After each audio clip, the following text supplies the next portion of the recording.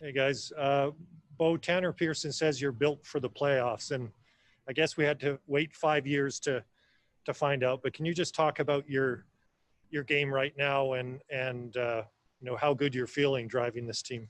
Yeah, I mean, obviously, I'm feeling pretty good about my game, but I mean, I think the most important thing is it takes an entire team to win a hockey game, and we're pretty solid right now from our goaltending all the way up. I mean, I can't take definitely not all the credit, but obviously, no, we're playing some good hockey right now. We got to keep it going. A game like this where you guys probably didn't have your best game, but you had the lead. You give up a 2-goal lead in the third period, yet you still find a way to win. How big potentially a growth moment is it like tonight for a team that's never been here before? Yeah, I mean, I think it's a huge step in the right direction. I mean, obviously, Markey was solid tonight, and he stood on his head for us.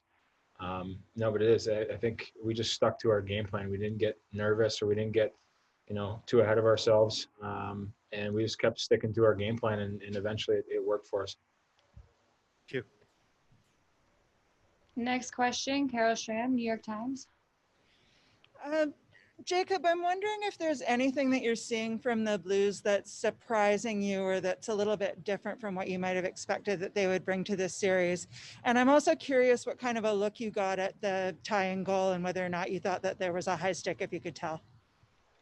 No, I mean, they got, hard shooting D-men, and they got a lot of big bodies up front too that goes to the net. And, obviously they got a really skilled team. They got almost the same team as they had last year, and they're really good around the net, and they got a dangerous power play. So it's you got to be alert at all times. And once again today, had the help of all of our the whole team of clearing rebounds and boxing out in front of the net and making sure that I can see the puck. So we got to keep working hard defensively, and it's as a 5-man unit, and our PK was great again today. So that's what we got to do. And I mean, the last goal is is a knuckler from the middle there, and then he tipped it, and it's pretty good right now when they can video review it and to make sure they make the right calls. So I mean, it's nothing to talk about really.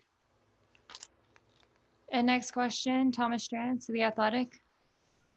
Hi, Quinn and Bo. I'm hoping I can get you guys to walk us through the overtime winner. And Quinn, when you go in particular, cameras caught you after the goal. You sort of watched it from the ground following a hit with Tyler Bozak. Do you guys have a pre-existing relationship from Toronto?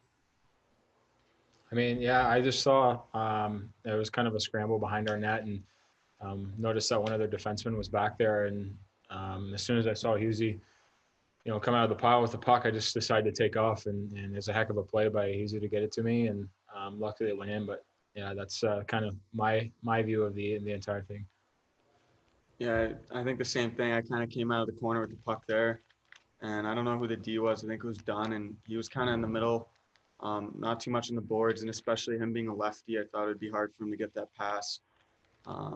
So obviously I would have wanted to make a direct pass, but I don't think it was an option. And as far as relationship with Bozak, I think he's aware that my dad worked for the Leafs for a while, and I probably met him a couple times, but there's not really a relationship there. Gentlemen. We'll now take questions from Zoom. First question, Brandon Batchelor. Yeah, Bo, just talk me through what you're thinking when you're cutting in on goal there. You guys have had a lot of success on Binnington's stick side, but you end up going 5-hole. Just, is that a reaction in the moment, or are you thinking about that as you come in? Yeah, I was kind of thinking about it the entire time, to be honest with you, as soon as I got the puck. It's usually tougher for a goalie, especially coming in on that side. If you do a quick snap 5-hole, and I just wanted to try it. I'm usually not a 5-hole shooter, and just tried it in the spur of the moment, and luckily it went in. Next question, Patrick Johnston. Bo, you did a lot of work on your first goal. I don't imagine you thought it would end with a goal when you first picked up the puck, but can you take us through that sequence? At what point did you really think you were going to get a chance on net? Yeah, I mean, it's just one of those things where you kind of notice that there's 2 forwards back, and you just try and do whatever you can to take the puck to the net. And luckily I got through, through both of them and just tried to finish it from there. And luckily it went in again. I mean, it's definitely wasn't planned, but it ended up working out. Next question, Jeff Patterson. Jacob, maybe you can just give me a thought or two on the work of the penalty killers in front of you. Another big minute night for both Alex Edler and Chris Tanev, but Maude and Beagle and Sutter and the cast. I mean, they got the one power play goal, but there were a number of key kills there as well along the way. Yeah, I mean, they've been doing a great job since we started up here, both Minnesota and now in St. Louis. So we got to keep building, and it's special teams is so important during this game because the games are so tight, and it's a lot of chip the puck in and go get it, forecheck, and then make sure not to give up any scoring chances. So when we get a power play, our power play have been unbelievable, and we got to keep playing good there. And then our PK has been great as well. So special team is really important during these games, and our PK has stepped up and done a great job of blocking shots and sacrifice and being unselfish. We'll take a few more questions here. Next one, Farhan Lalji. Quinn, I just want to ask you about the second period. You didn't get a ton of ice time just because of all the penalty killing. Did you find yourself at various times in the game just not maybe feeling like you're in the flow the way you normally would?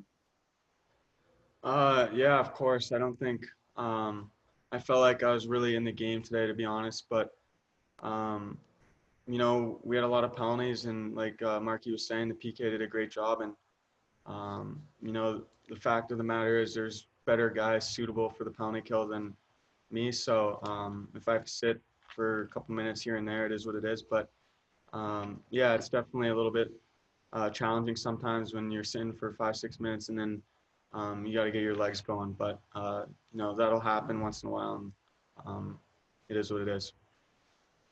Next question, Daniel Wagner. Jacob, in overtime there was a bit of a wild scramble where you ended up sliding out of your crease, making a save, and it looked like Pettersson saved a goal with his stick and then blocked a shot with his body. What goes through your mind in a moment like that with the game on the line? You're not where you normally would be in that situation. And what does it mean to have someone like Pettersson save your bacon in a certain way like that? I mean, it's not very good thoughts. It's half panic mode, but obviously, I think we had like 4 guys in the crease instead that did a great job and bailed me out there when I was out of position. I just you try to get back in there, but I got caught outside, and like I say, you just want to get back in the net. It's not a good feeling when you're out there and the puck is behind you, and they got players there and we got players there. So. But lucky enough, PD came up there with some saves, and I think a couple other guys too that helped out. So, it's a huge team win and team effort, and they're bailing me out a lot. And last question here, Jim Morris. You played on the 2015 team, and obviously the Canucks haven't been back to the playoffs since. What have the springs been like for you? Are you one of those guys that don't watch hockey when you're not in the playoffs? Were you grumpy during those times? Or can you just talk about what the last 4 years have been like not being in the playoffs for you? Yeah, I mean, it hasn't been fun, that's for sure. I mean, I'm the type of guy that watches the playoffs when we're not in them. You want to see what it's all about. And, it's the best time of hockey you can play. It's the best hockey being played. So, I mean, I wanted to get back here for 4 years, and luckily we're back now. Just got to keep this thing going. I mean, it's a lot of fun. We're having fun. The team's playing well, and we still got to win 2 more hockey games here, so we're looking forward to it.